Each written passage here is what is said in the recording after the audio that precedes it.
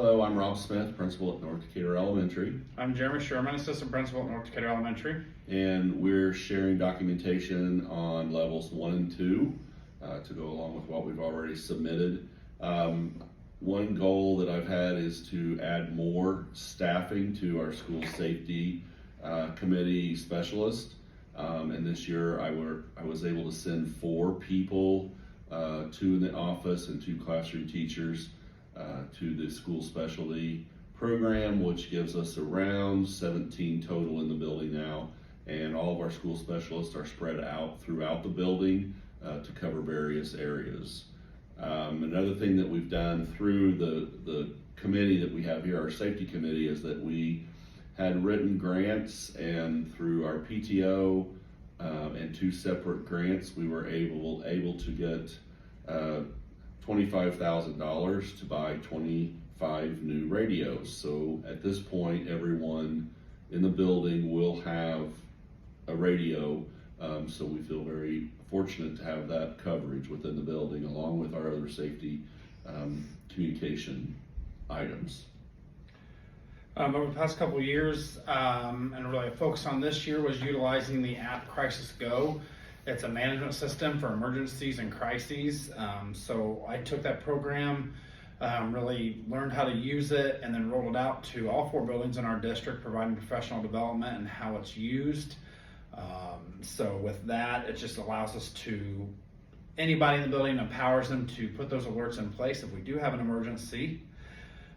We've also worked very closely with our local and law enforcement, along with our school resource officer, to have those different officers in our building throughout the week.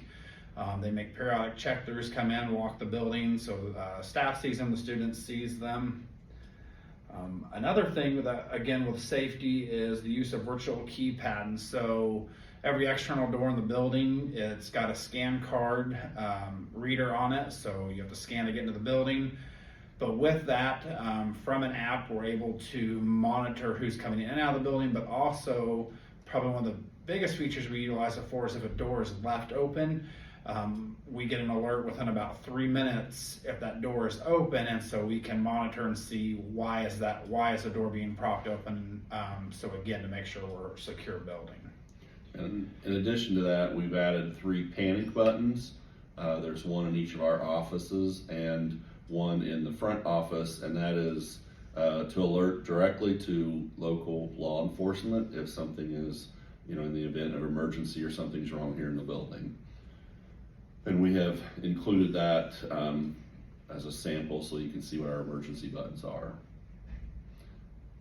New background checks have been implemented and updated through our school safety program. So we have copies of those now that we're giving anyone that is going on a field trip, or any coaches, any faculty, staff, all of us go through this process of official background checks. So several things we're doing with the HRS Level 2. We really kind of started to streamline the data and how we're recording information. One of our summer projects was creating a staff website specific to our teachers and staff members in the building. Lots of information on there, but a way for teachers to submit what they're doing and the information to us, such as their weekly PLC agendas, as well as their lesson plans. So 2 big things that we do ask that they submit regularly that Rob and I monitor. PLCs is one thing that we monitor, and this is an area where we can look directly at their topics, who was involved, what grade levels, what areas, special ed or special area teachers, and that's every Wednesday afternoon. We dismiss an hour early. So PLCs is a huge assistance for us for recording data and being able to follow what staff is doing. One other thing, last July we had a retreat, and at the retreat the administration met with various people, and we discussed things that we could do as far as consistency with the overall evaluation ratings, and we looked at all that was involved with the evaluation process.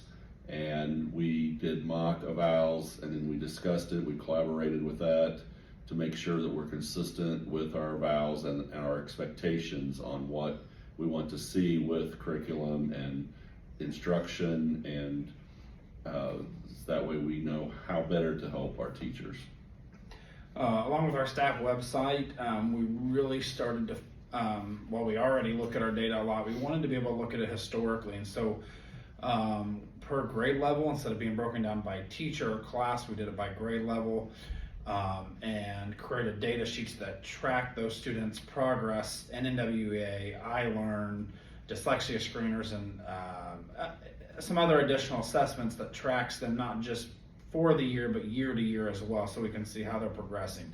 So again, implementing that and fine tuning it this year to really, again, continue to monitor our data in a different way, and looking at historical piece for the students.